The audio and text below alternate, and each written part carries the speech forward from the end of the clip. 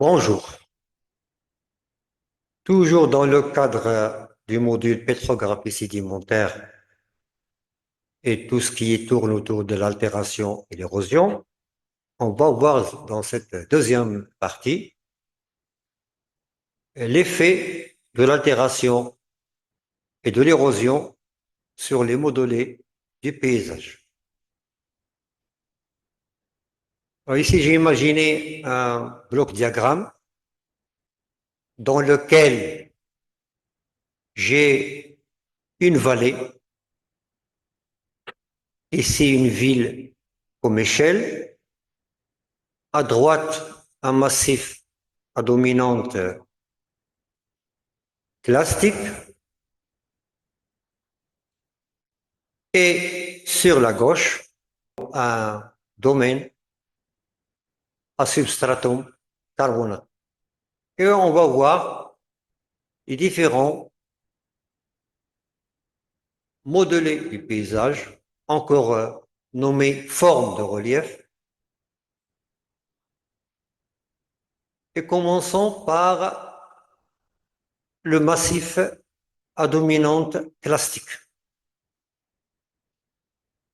On va diviser par les zones de haute montagne.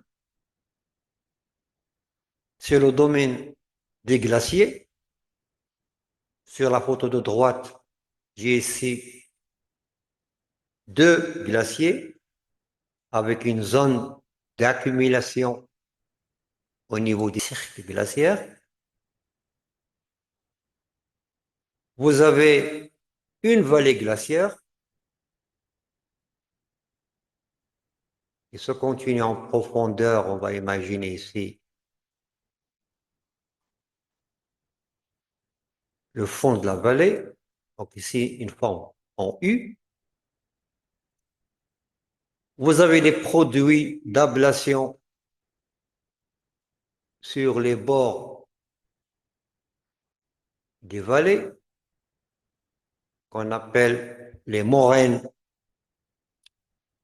latérales. Vous avez d'autres moraines ici médianes. Et bien sûr, il y a une moraine de fond accumulée au fond de la vallée. Dans la photo en bas à gauche, vous avez ici le glacier avec des périodes d'avancée du glacier et des périodes de retrait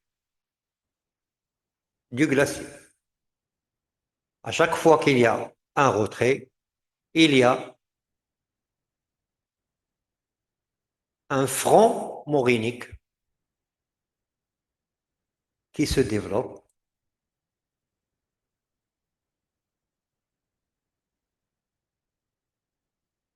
Ce mouvement est léger, c'est un mouvement naturel, mais ces derniers temps, il est accentué par les changements climatiques en faveur d'une augmentation des températures et des fontes de glaciers, voire même la disparition de certains. Donc, dans le détail, on examine un dépôt morainique. Donc, généralement, ce sont des dépôts grossiers. On imagine ici la taille des blocs, il y en a encore plus gros. C'est un mélange de galets, gravier, blocs, sable. On l'appelle également le til glaciaire. Dans les cirés anciennes, par exemple au Maroc au précambrien, il y a une période qu'on appelle la période cryogénique. Le dépôt consolidé porte le nom de télite. En moyenne et basse montagne, Là encore, la fraction détritique terrigène est transférée sous forme de Kondi-Bouli, comme c'est le cas ici. Dans le bloc diagramme, c'est au niveau du 1. Ce sont des accumulations, encore une fois, grossières, mais sans chenalisation. C'est-à-dire qu'il n'y a pas de cours d'eau vraiment distingué. Le transfert se fait le long des pentes par gravité et l'eau ne joue le rôle que lubrifiant entre les particules en mouvement.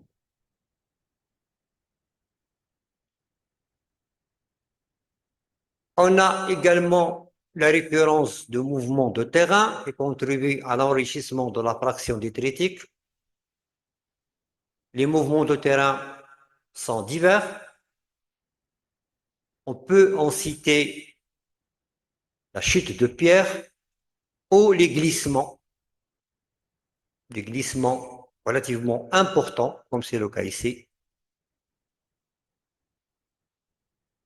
avec un transfert en masse, un transfert et un dépôt en masse. Je ne vais pas rentrer dans le détail du mécanisme des glissements de terrain, mais sachez qu'elle contribue à ce budget sédimentaire à composante essentiellement détritique. Autre, les camps d'éboulis ou collisions et les mouvements de terrain, on a les camps de déjection qu'on va étudier plus tard à l'occasion du module environnement et séries sédimentaires. L'essentiel, nous avons un bassin de réception, une zone d'érosion et d'altération, un chenal par lequel sont transférés les produits d'altération et d'érosion, puis une fois la pente le permet, on a une sorte d'épandage de cette charge sédimentaire sous forme d'un cône de déjection qui est parfois chenalisé. Vous avez des chenaux avec des cônes anciens, des cônes récents. Par exemple, ici, vous avez un cône actif dans cette partie de ce grand cône de déjection. Tout ce matériel sortant de la montagne va être véhiculé par un système alluvial et fluvial, d'abord sous forme de torrent à charge sédimentaire grossière, puis un système fluviatile dont le détail sera traité ultérieurement.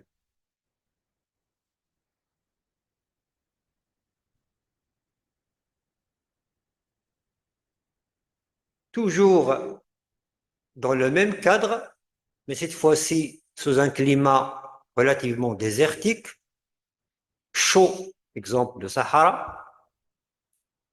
Dans cet environnement, la corrosion, c'est-à-dire le vent maintenant qui rentre en jeu, conduit à la formation de structures particulières, butte témoin, Einselberg, comme c'est visible dans cette photo-là. Donc on a des sortes de buttes témoins, des couloirs de sable. En effet, ce sont des sifflements.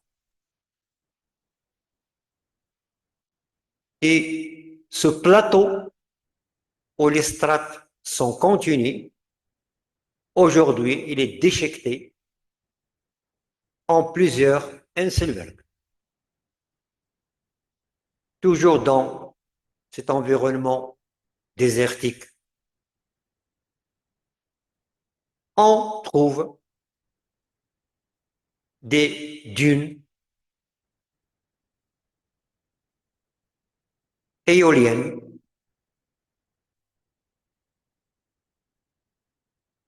transférées par le vent.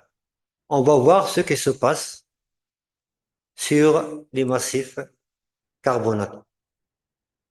Donc là, j'ai un massif à substratum carbonaté. On peut imaginer par exemple au Maroc le Moyen Atlas, la ville de Taza par exemple, et on va voir les effets de l'altération et de l'érosion sur ce genre de substrat. Donc, dans ce contexte, la dissolution, précipitation et l'érosion chimique dominent.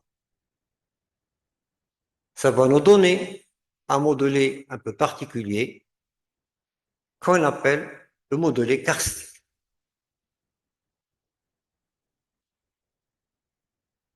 Les structures les plus importantes sont les lapiases, on peut appeler lapiase. C'est ce calcaire pourvu de cannelures. Ces cannelures sont le produit de la dissolution. Et dans ces cannelures-là, on a l'accumulation de particules détritiques, fragments de roche, de sable et même d'argile, et qui forment un terreau particulier qu'on appelle la terra rossa.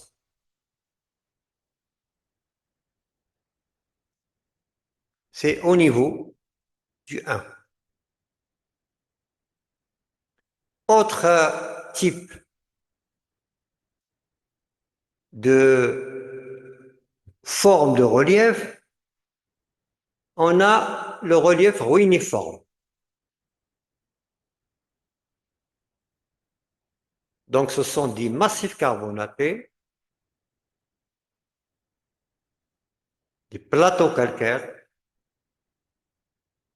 sous l'effet de la dissolution, ces plateaux donnent lieu à des formes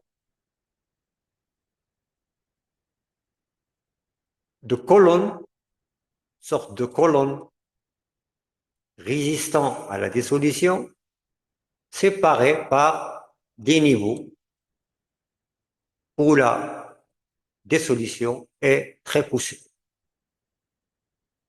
Autre forme de relief, ce sont les poliers adolines. Donc là, vous avez une polier et là, vous avez des sortes de dépressions, plus ou moins ovales, qui sont les dolines. Généralement, on a sous ces dolines des cavités. Donc, elles sont susceptibles de collapser, une sorte de mouvement de terrain, à conséquence parfois désastreuses. Autre forme de relief dans ce paysage karstique, on a les ponors, les avennes et les gonds. Là, on a une sorte de ruisseau qui se perd dans ce genre de gouffre.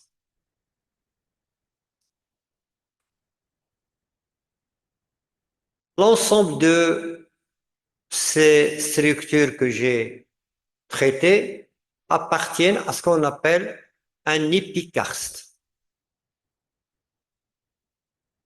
Au niveau de l'endokarste, on a des cavernes à spéléothèques. Les spéléothèmes, c'est l'ensemble des concrétions carbonatées, des précipitations du carbonate de calcium sous différentes formes. Les plus importantes sont les stalactites et stalagmites, qui finissent généralement par se rejoindre pour former des colonnes.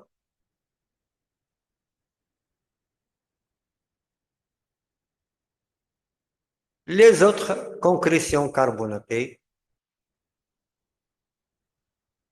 sont également importantes, comme les drapes, les flowstones et d'autres.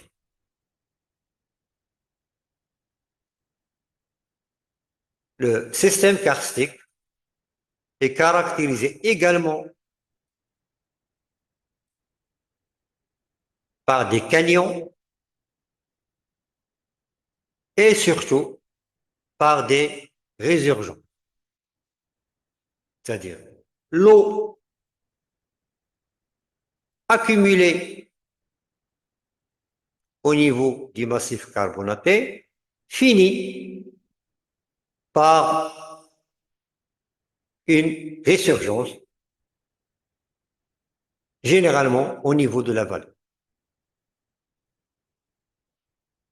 Dans le cas de la ville de Taza, que j'ai cité auparavant, Ras el-Ma est une résurgence par excellence.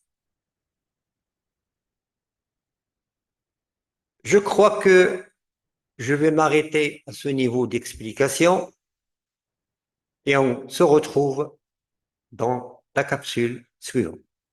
Merci.